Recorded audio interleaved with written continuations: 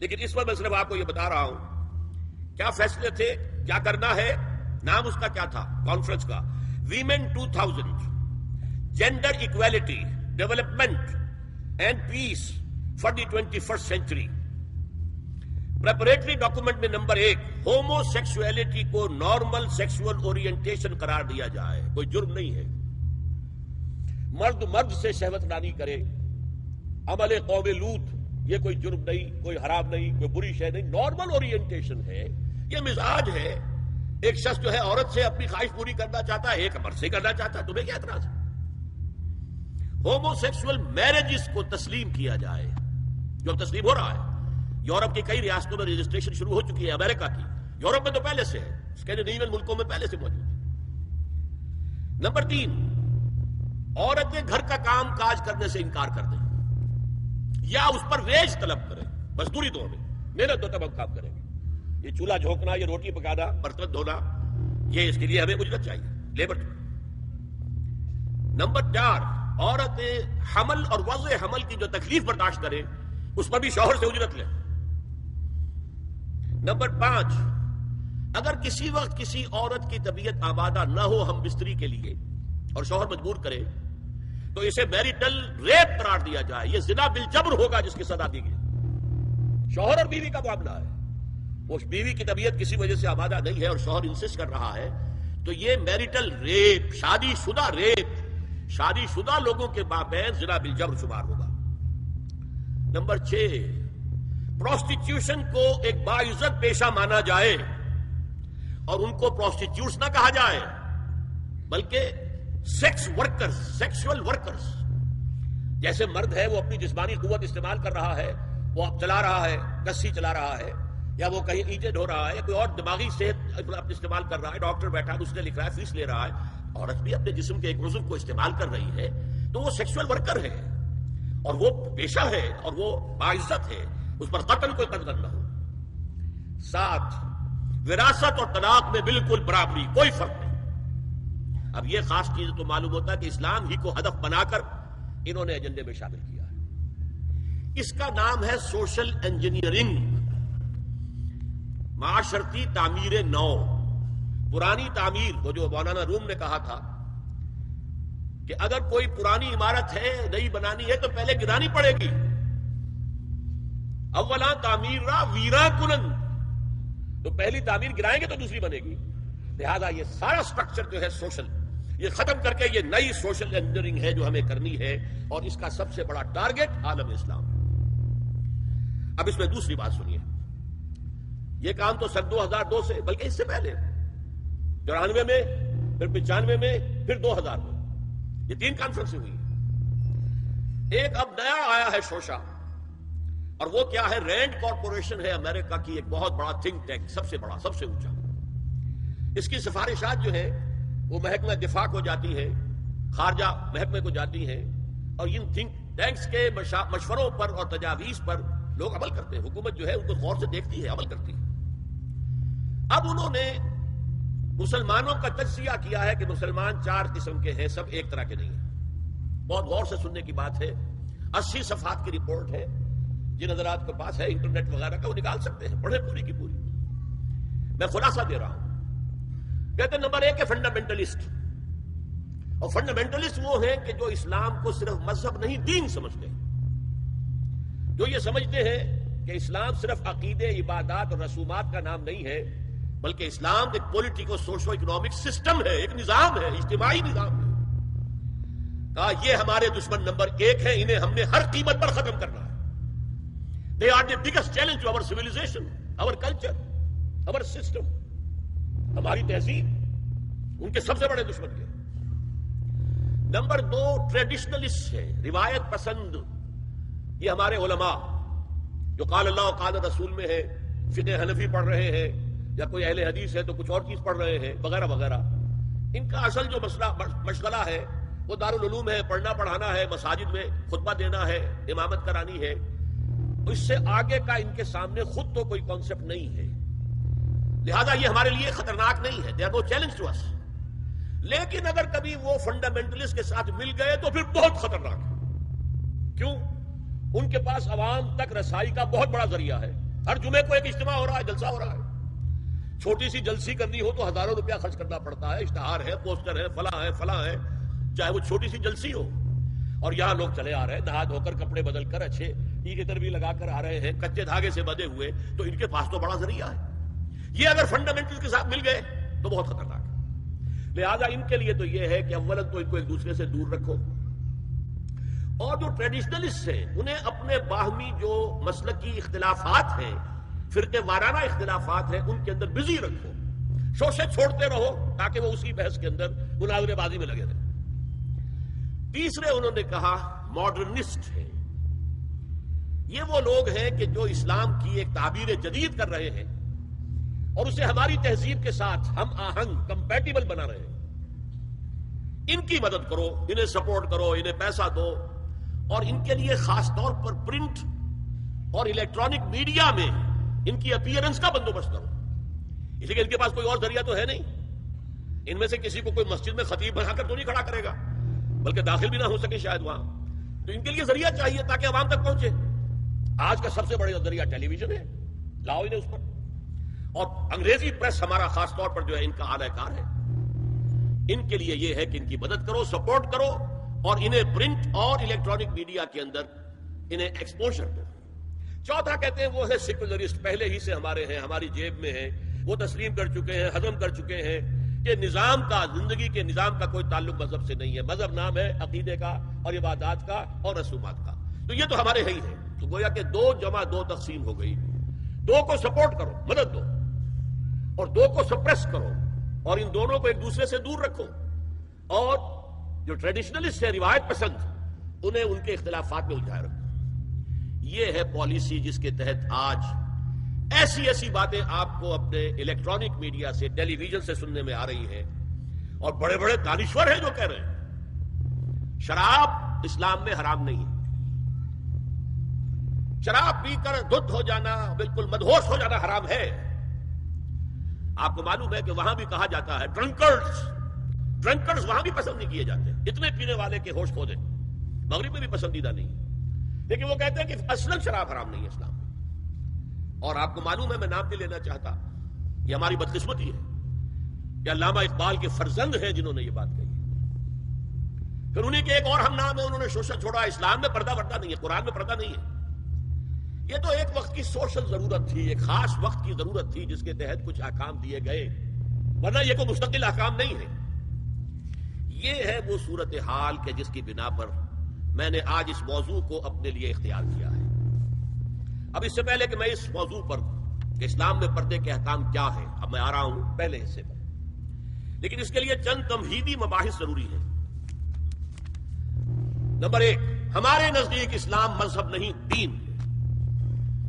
مذہب کا لفظ اسلام کے لیے قرآن میں آیا ہی نہیں، لفظ مذہب آیا ہی نہیں. جہاں تک حدیث کا علم مجھے ہے وہاں بھی نہیں آیا. میں یقین سے نہیں کہہ سکتا، اس لیے کہ حدیث کا ذخیرہ بہت بڑا ہے، وہ سارا تو میں نے نہیں پڑھا ہے. جتنا کچھ پڑھا ہے مذہب کا لفظ نہیں آیا. اور ہمارے ہاں مذہب کی اصطلاح ہمارے سلف میں مذہب حنفی، مذہب مالکی، مذہب شافعی، مذہب حنبلی، یہ ہمارے مسلکوں کے لیے آیا ہے مذہب.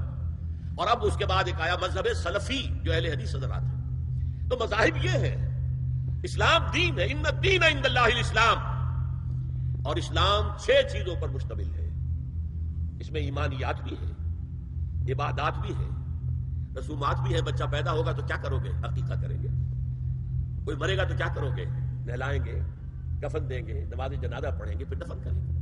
یہ رسومات ہے ہماری سوشل. شادی ہوگی تو کیا ہوگا؟ ایجاب و قبول ہوگا، اعلان عام ہوگا. یہ تینوں چیزیں بھی اسلام میں ہے. سیاسی نظام اسلام میں ہے، معاشی نظام اسلام میں ہے، معاشرتی نظام اسلام میں ہے. اسلام کا قانون تعزیرات ہے، حدود ہے. اسلام کا دیوانی قانون ہے. اسلام کا قانون وراثت ہے. اسلام کا قانون شہادت ہے. زندگی کا کوئی گوشہ نہیں ہے جس کے بارے میں کہ اسلام نے ہمیں تعلیمات نہ دی. تو اسلام مذہب بھی ہے، لیکن صرف مذہب نہیں ہے بلکہ حقیقتاً دین ہے. یعنی مذہب کے تینوں اجزاء اور پولیٹیکل سوشو اکنامک سسٹم مکمل مل کر اسلام بنتا ہے. نمبر 2، اسلام صرف قرآن پر قائم نہیں ہے. یہ منکرین حدیث نے اپنا نام جو ہے اہل قرآن رکھ کر بہت بڑا دھوکہ دیا ہے مسلمانوں کو. وہ منکر حدیث ہے، منکر سنت ہے. وہ سمجھتے ہیں کہ بس قرآن کافی ہے. اور حضور کا جو حکم دیا گیا اطاعت کا بار بار، اطیع اللہ اطیع الرسول اطیع اللہ واطیع الرسول، وہ اس وقت کے امام اور لیڈر ہونے کی حیثیت سے بس ان کی زندگی میں ان کی اطاعت تھی، ہمیشہ نہیں ہے. یہ ہمارا موقف نہیں ہے، امت کا نہیں ہے. ہمارے نزدیک دو ہیں بنیادیں، کتاب اللہ و سنت رسول، اللہ کی کتاب اور اس کے رسول کی سنت صلی اللہ علیہ وسلم. اور اللہ کا شکر ہے پاکستان کے دستور میں قرارداد مقاصد بھی ہے تو اس میں دونوں موجود ہیں، اللہ کی کتاب اور رسول کی سنت. اور دفعہ 227 کے اندر جو کہا گیا ہے no legislation will be done here repugnant to the Quran and the Sunnah, Quran اور سنت کو جمع کیا گیا. یہ دوسری بات ہے، جور دروازے ایسے ہیں، یہ منافقت کا پلندہ ہے ہمارا دستور پاکستان کا، کہ ان دفعات کے ہوتے ہوئے بھی اسلام نافذ نہیں ہو رہا. جور دروازے ایسے کیے ہیں کہ وہ انفیکٹو ہیں، لیکن عملاً شکل جو ہے نظری طور پر کم سے کم یہ ہے کہ کتاب اور سنت کو تسلیم کیا گیا ہے ہمارے دستور میں. تیسری بات بہت اہم ہے جو آج فلسفی بن کر سامنے آئے ہیں پردے کے خلاف. قرآن پر تدبر کرنے میں دو پہلو ہمیشہ سامنے رہنے چاہیے.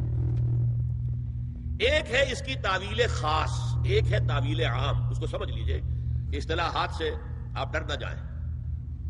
دیکھیے قرآن ایک خاص دور میں اترا، 610 عیسوی سے 632 عیسوی تک 22 برس میں قرآن نازل ہوا. نازل ہوا حجاز میں. مکی صورتیں ہیں تو مکہ بھی حجاز میں ہے، مدنی صورتیں تو مدینہ بھی حجاز میں ہے. تبوک کے آتے جانے میں اگر کچھ اتنی ہے تو وہ بھی حجاز ہے، تبوک بھی اسی کا آخری سرا ہے. ہجرت کے دوران اتری ہے تو وہ بھی حجاز ہے. تو یہ حجاز میں اترا ہے اور وہی لوگ اس کے اولین مخاطب تھے. لہذا قرآن مجید میں جو چیز بھی نازل ہوئی ہے وہ اس وقت کے ماحول کے ساتھ کوئی نہ کوئی اس کی نسبت تھی، تبھی وہ سمجھ سکتے تھے. ہوا میں باتیں تو نہیں ہو سکتی. لیکن قرآن ہدایت ہے ابد الآباد تک کے لیے. یہ صرف اس وقت کے لیے ہدایت نہیں، آج بھی یہی ہدایت ہے، قیامت تک یہی ہدایت رہے گی. علامہ اقبال جیسا مدبر اور مفکر فلسفی، اسے بھی اگر ہدایت میں تسکین ملی ہے تو نہ کہیں جہاں میں اما ملی جو اما ملی تو کہاں ملی میرے جرم خانہ خراب کو تیرے عفو بندہ نواز میں. زندگی کے آخری دور میں صرف قرآن پڑھتے تھے، کوئی فلسفے کی کتاب نہیں، قرآن. لہذا قرآن میں ہدایت ہے اقبال کے لیے بھی، 20ویں صدی کے فلسفی کے لیے بھی ہدایت ہے. جو بھی زمانے کے اندر مسائل پیدا ہوں گے ان سب کا حل موجود ہے. لیکن اب اس کو جوڑیے، اس وقت جو نازل ہوا خاص ماحول میں خاص افراد سے مخاطب ہو کر، تو کچھ واقعاتی پس منظر ہے جس میں نازل ہو رہا ہے اور اس کے ساتھ اس کا کوئی تعلق ہے. اسے کہتے ہیں، اگر آپ اس پس منظر میں رکھ کر قرآن کی آیات پر غور کریں گے، یہ تعویل خاص ہے. خاص اس پس منظر میں رکھ کر قرآن کی آیت پر غور کریں، اور یہ ضروری ہے، انسائٹ حاصل ہوتی ہے اس سے. لیکن ایک ہے اس کی تعویل عام، وہ ہمیشہ کے لیے ہے. چنانچہ اصول یہ ہے کہ الاعتبار لعموم اللفظ لا لخصوص سبب، یہ تفسیر کا اصول ہے. اصل اعتبار کیا جائے گا الفاظ کے عموم کا، نہ کہ سبب نزول کے خصوص کا. اعتبار کیا جائے گا ہمیشہ کے لیے، جنرلائز کیا جائے گا. یہ احکام آئے ہیں اور ان کے الفاظ کو دیکھیں گے، ان پر نگاہیں جمائیں گے اور اس سے احکام نکالیں گے. 3 باتیں ہو گئی. ایک، اسلام صرف مذہب نہیں، دین ہے. دوسرے، اسلام صرف قرآن پر مبنی نہیں ہے. قرآن پر تو صرف قرآن پر تو نماز کا نظام بھی نہیں بنتا. 2 آدمی جو ہے متفق نہیں ہو سکتے نماز پر اگر آپ سنت کو نکال دیں. کس دلیل سے مغرب کی 3 رکعتیں ہیں؟ کہیں لکھا ہے قرآن میں؟ سجدے کا ذکر ہے، رکوع کا ذکر ہے، فلاں کا ذکر ہے، لیکن کہیں ترتیب لکھی ہے کہ پہلے کھڑے رہو، تکبیر تحریمہ کہو، سورہ فاتحہ پڑھو، پھر یہ کرو کچھ، پھر رکوع میں جاؤ، پھر کھڑے ہو، پھر سجدے میں جاؤ، پھر بیٹھو، پھر سجدے میں جاؤ، پھر کھڑے ہو؟ یہ کہیں ترتیب لکھی ہے؟ یہ جو 1400 برس گزرنے کے باوجود انڈونیشیا کے آخری جزیرے سے لے کر موریتانیہ تک نماز کے بارے میں کیا اختلاف ہے؟ 5 نمازوں میں اختلاف ہے، رکعتوں کا اختلاف ہے، ہر رکعت کی ترتیب کا اختلاف ہے، کوئی اختلاف نہیں. زیادہ رفع یدین ہے یا نہیں ہے، بعد میں آمین زور سے کہنی ہے یا خاموشی سے بس. میں یہ کہا کرتا ہوں، مجھے پہلا احساس ہوا تھا جب میں نے پہلا حج کیا 62 میں. وہاں جو نظر آیا نقشہ، خانہ کعبہ کے گرد کھڑے ہوئے، ایک سرکل، دوسرا، تیسرا، چوتھا، شیعہ بھی ہیں، سنی بھی ہیں، بریلوی بھی ہیں، دیوبندی بھی ہیں، اصحاب ظاہر بھی ہیں، خارجی بھی آ گئے ہیں، کوئی سب ہے، سب ہے. لیکن کہیں بھی نماز کی ڈرل جو ہے وہ نہیں ٹوٹتی. مطلب یہ کہ اگر کسی کا خیال یہ ہوتا کہ جیسے رکوع ایک ہے ایک رکعت میں تو سجدہ بھی ایک ہی ہے، تو وہ ایک سجدہ کر کے کھڑا ہو جاتا اور دوسرا سجدے کے اندر گرا ہوا ہوتا تو ٹوٹ جاتی نا، جمعیت ختم۔ اور وہ کھڑے ہونے والا کہتا کہ یہ ناداں گر گئے سجدے میں جب وقت قیام آیا، اب تو کھڑے ہونے کا وقت تھا، یہ کیا دوبارہ سجدے میں گر گئے؟ کہیں نہیں۔ اتنے مسلک، اتنی قومیتیں، اتنی زبانیں، اتنے علاقے، نماز ایک ہی ہے، کہیں ڈرل نہیں ٹوٹتی، جمعیت ختم نہیں ہوتی۔ یہ سب سنت کی برکت ہے۔ تو اسلام کی بنیاد قرآن اور سنت پر ہے، اور قرآن سے تدبر کرنے کے لیے، قرآن پر اور استنباط کرنے کے لیے تعویل خاص پر بھی نظر ہونی چاہیے۔ You get the background جس کے اندر کہ وہ آیات نازل ہوئی، ٹھیک ہے، لیکن ان کے عام تعویل کی جائے گی کہ یہ ہمیشہ کے لیے اس سے کیا قانون جو ہے وہ مستنبط ہوتا ہے۔ اب چوتھی بات دیکھیے، عرب کا جاہلی معاشرہ جو ہے اس کا معاشرتی نظام کیا تھا؟ کیا وہاں عورتیں ننگی رہتی تھیں؟ کیا وہاں کوئی خاندانی نظام نہیں تھا؟ یہ نہ سمجھیے کہ وہاں کوئی اس طرح کا معاملہ تھا کہ کوئی خلا تھا۔ نمبر ایک، ان کا قبائلی نظام بہت مضبوط تھا، اور جب قبائلی نظام مضبوط ہوتا تو خاندانی نظام بہت مستحکم ہوتا۔ قبیلہ خاندانوں کے مجموعے کا نام ہے نا۔ نمبر دو، شرفاء کی جو خواتین ہوتی تھی ان کے عام لباس کے علاوہ دو چیزیں اور ان کے استعمال میں رہتی تھی۔ ایک خمار، اوڑھنی، گھروں کے اندر وہ اوڑھنی اوڑھتی تھی۔ ایک جلباب، لمبی سی چادر کہ جب باہر نکلتی تھی تو اس میں اپنے پورے جسم کو لپیٹ لیتی تھی، لیکن چہرہ نہیں چھپاتی تھی۔ یہ جلباب کا لفظ قرآن میں آیا، خمار کا خمرہن، جلابیبہن، یہ الفاظ انہیں معلوم تھے نا، ان کے زیر استعمال تھے نا، ورنہ کوئی نیا لفظ کہاں سے آ جاتا؟ تو جلباب اور خمار ان کے لباس کا حصہ تھا، گھر میں اوڑھنی، اور باہر نکلے تو ایک بڑی چادر میں اپنے آپ کو لپیٹ لے، لیکن چہرہ نہیں چھپانا، سر کے اوپر بھی ضروری نہیں ہے کہ کوئی شے ہو۔ البتہ نہ گھر کے اندر کوئی مخلوط اجتماعات کی کوئی پابندی تھی، مرد ہیں عورتیں ساتھ ہیں، بیٹھے باتیں ہو رہی ہیں، کچھ گپیاں ہو رہی ہیں، کھانا کھا رہے ہیں ساتھ مل کر، جیسے آج ویسٹ میں ہے۔ اور نہ ہی اور باہر جو ہے کوئی مخلوط جو ان کے اجتماعات تھے ان کے اوپر کوئی پابندی تھی، ایک جو ہے مخلوط معاشرہ تھا۔ لیکن نمبر تین، وہاں ایک طبقہ تھا کنیزوں کا، کنیزیں، باندیاں، عام خادمائیں، انہیں جاریات بھی کہہ دیتے تھے، چھوکریاں۔ ان کا جو ہے معاملہ یہ تھا کہ ان کے لیے نہ کوئی جلباب تھی، نہ کوئی خمار تھا، یہ ننگے سر، ننگے منہ، چہرہ کھلا ہوا آتی تھی۔ لباس کے بھی کوئی بہت زیادہ ان کے کوڈ نہیں تھے، بے پردگی، عریانی، بے حیائی اور بے شرمی، یہ سب ان میں تھے۔ یہاں تک کہ ان کے آقا ان سے پروسٹیٹیوشن بھی کرواتے تھے، جس کو کہ روکا ہے قرآن نے آ کر سورہ نور کے اندر۔ ذریعہ بناتے تھے آمدنی کا، میری کنیز ہے، کوئی اسے استعمال کرے، پیسے دے، کمائی ہے نا اس کی، میرے پاس آئے گی، میری کنیز ہے۔ تو یہ پروسٹیٹیوشن، قحبہ گری جو ہے، یہ بھی ان کے اندر عام تھی۔ تو یہ دو طبقے ہو گئے، شرفاء کی خواتین اور یہ عام چھوکریاں، خادمائیں، باندیاں، کنیزیں، جاریات۔ اور ان سے چھیڑ چھاڑ کرنے کا لوگوں کو حق تھا۔ وہ بازار میں نکلی ہے تو وہ چھیڑے گا، کیونکہ وہ تو ان کا معاملہ یہ ہے۔ پروسٹیٹیوشن کے لیے بھی جب آمادہ ہے یا ایک ہے معاملہ چل رہا ہے پروسٹیٹیوشن کا بھی، تو چھیڑ چھاڑ کے اندر تو کوئی بھی رکاوٹ ہے ہی نہیں۔ اس پس منظر میں دیکھیے اسلام نے جو معاشرتی چینجز کی ہیں، جو معاشرتی اصلاحات کی ہیں، ان کے ہدف کیا ہے؟ پہلا ہدف مضبوط خاندانی نظام۔ یہ خاندانی نظام شروع ہوتا ہے ایک مرد اور ایک عورت کے درمیان ازدواج سے، اور وہاں نکاح ہوتا تھا۔ ان دونوں کے درمیان جتنی محبت ہوگی، جتنا قرب ہوگا، جتنا باہمی اعتماد ہوگا، اتنا ہی خاندان مضبوط ہوگا۔ اس لیے کہ یہ فرسٹ ڈائمنشن ہے خاندان کی، شوہر اور بیوی۔ اب شوہر اور بیوی کو اللہ نے اولاد دے دی، second dimension has been added now. استحکام خاندان کے لیے ضروری ہے کہ اولاد والدین کا ادب کرے، ان کی خدمت کرے ان کے بڑھاپے میں۔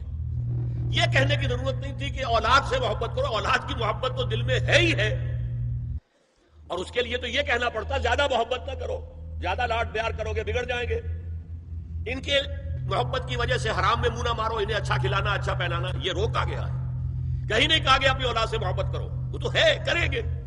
ہاں لیکن بوڑھے والدین، قرآن میں 5 جگہ اللہ کے حق کے فوراً بعد والدین کا حق ہے. وَقَضَىٰ رَبُّكَ أَلَّا تَعْبُدُوا إِلَّا إِيَّاهُ وَبِالْوَالِدَيْنِ إِحْسَانًا أَنِ اشْكُرْ لِي وَلِوَالِدَيْكَ. دیکھیے سورہ لقمان میں أَنِ اشْكُرْ لِي، شکر کرو میرا، میں خالق ہوں تمہارا، رب ہوں تمہارا، وَلِوَالِدَيْكَ، اور اپنے والدین کا، کیونکہ وہ ذریعہ بنے ہیں تمہارے اس دنیا میں آنے کے. اور تم جب چھوٹے سے تھے انہوں نے پالا پوسا ہے، اپنا پیٹ کاٹ کر تمہیں کھلایا ہے، اپنی رات کی نیندیں حرام کر کے تمہیں پالا ہے. لہذا وَقَضَىٰ رَبُّكَ أَلَّا تَعْبُدُوا إِلَّا إِيَّاهُ وَبِالْوَالِدَيْنِ إِحْسَانًا. اور تیسری ڈائمنشن بہن بھائیوں میں رشتہ، اولو الارحام، صلہ رحمی کرو، اخوت. یہ 3 ڈائمنشن ہوئے نا. ہمارا سپیس کا تصور کیا ہے؟ 3 ڈائمنشنل سپیس، چوڑائی، لمبائی اور اونچائی یا گہرائی. تو یہ 3 ڈائمنشنز ہے خاندان کے ادارے کی. اس میں سے بقیہ 2 پر میرا گفتگو کا موضوع نہیں ہے. پہلا جو ہے وہ گفتگو کا اصل موضوع ہے.